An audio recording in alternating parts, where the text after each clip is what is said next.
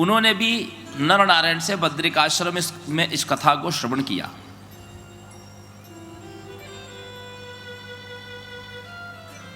नारायण कहते हैं मूल प्रकृति में सबसे प्रधान देवी है दुर्गा।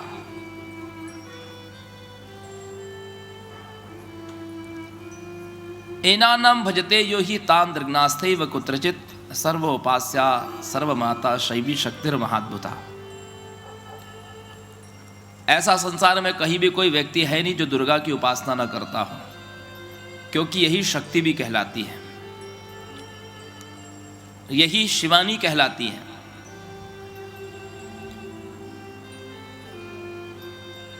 ये सर्व की सभी प्राणियों की उपास्य देवी है। सभी प्राणियों की उपास्य देवी कैसे हैं? क्योंकि जितनी भी कुल देवियां हैं, ग्राम देवियां हैं, सब ये दुर्गा जी का ही अंशभूता है और यही सबकी माता है, क्योंकि कुल स्वामिनी होने से सबकी माता है। एक दो दिन पहले हमने वर्णन किया था कि आप कोई अनुष्ठान करिए या मत करिए, लेकिन आप अपनी कुलदेवी को उनका वार्षिक पूजा जरूर दीजिए। कुलदेवी ही आपकी माता के रूप में, मातृका के रूप में है। कौन सी मातृका? आत्मनः कुलदेवी। आपकी कुलदेवी के रूप में माता स्वरूप से वो विराजमान है। कुलदेवी की पूजा बहुत सरल है सज्जनों माताओं, उसमें कुछ बहुत विशेष नहीं है। अधिकतम घरों में नवरात्रि में ही कुलदेवी की पूजा होती है, अधिकतम घरों में, और अधिकतम लोगों के यहाँ इन्हीं 3 तिथियों में पूजा होती है। ये किसी के यहाँ सप्तमी होती है, किसी के यहाँ अष्टमी होती है, किसी के यहाँ नवमी के दिन होती है।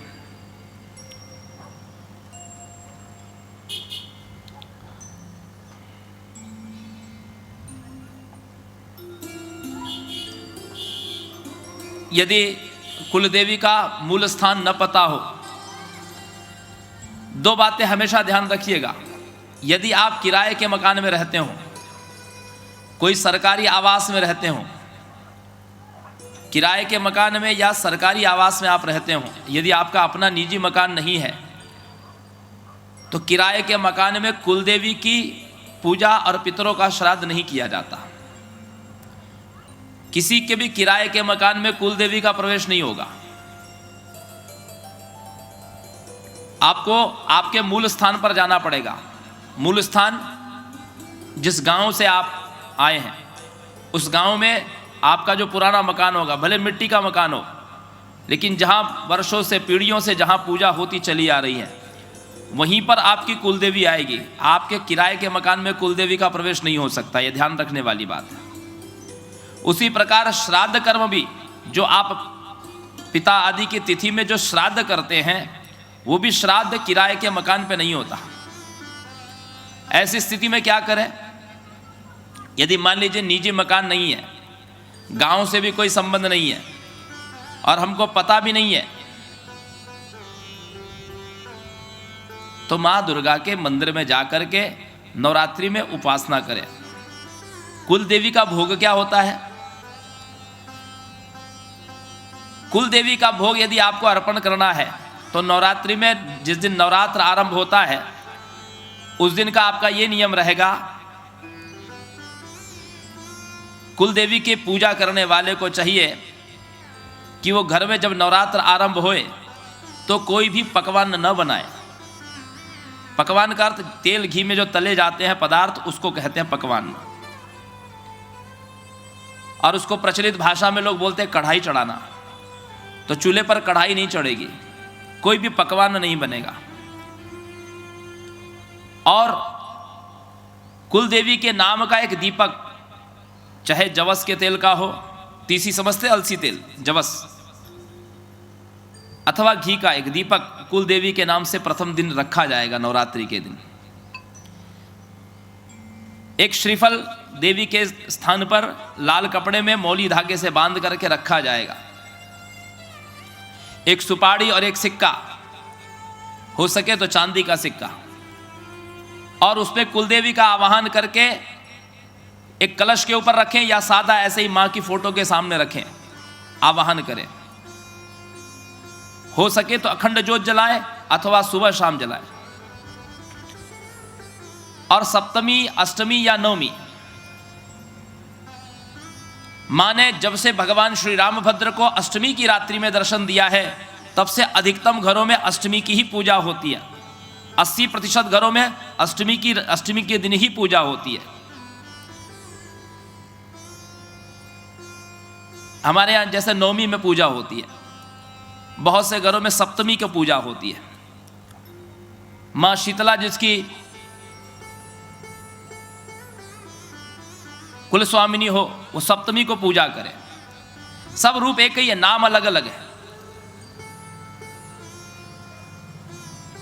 मां दुर्गा जिसकी कुल स्वामिनी हो, उसको अष्टमी को पूजा करना चाहिए।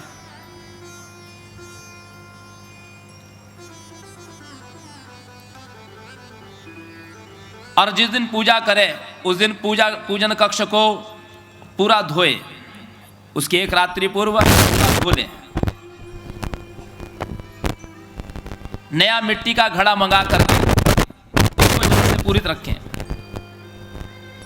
मां के चरण चिन्ह मुख्य द्वार से लेकर के पूजन कक्ष तक, यदि घर में पूजन कक्ष नहीं है तो रसोई घर को पूरा साफ करके धो करके, एक एक वस्तु को धो करके, गैस चूल्हे से लेकर के सब कुछ धोए और धो करके वहां से लेकर के चरण चिन्ह वहां के बनाए। महावर से या पिष्टक से, चावल के आटे से, चावल के आटे को गीला करके पिष्टक बनता है, उससे मां के चरण चिन्ह बनाए और भावना करे कि मां पधार रही है, और गुग्गुल का धूप दिखाए। मां को भोग क्या चढ़े, तो मां के निमित्त उसी दिन कढ़ाई चढ़े, चाहे वो अष्टमी हो या नवमी हो। कढ़ाई चढ़े शुद्ध घी में या जवस के तेल में, दोनों में से कोई एक, शुद्ध घी हो या जवस का तेल हो। उसमें मां के निमित्त हलवा, पूरी आदि बनाए। कुछ चने, देसी चने भिगा ले, चने का भोग मां को लगाया जाता है बिना मसाले का। बताशे का मां को भोग लगाया जाता है। थोड़ी खीर बनानी चाहिए, श्वेत वर्ण की खीर, हलवा, पूरी, खीर, चने, बताशे और फल, ये मां को, कुल देवी को प्रसाद अर्पित करना चाहिए। कुल देवी का जो प्रसाद होता है उसको बांटा नहीं जाता। कुल देवी का प्रसाद केवल परिवार के सदस्य ही, यहां तक कि आपकी पुत्री का विवाह हुआ है उसको भी ये भोग नहीं चलेगा। आपकी कोई ननंद है जिसका विवाह हो चुका, उनको भी ये प्रसाद नहीं दिया जाएगा। आपका कोई मित्र पड़ोसी है, उनको भी ये प्रसाद नहीं दिया जाएगा। प्रसाद केवल परिवार के लोग ही ग्रहण करेंगे।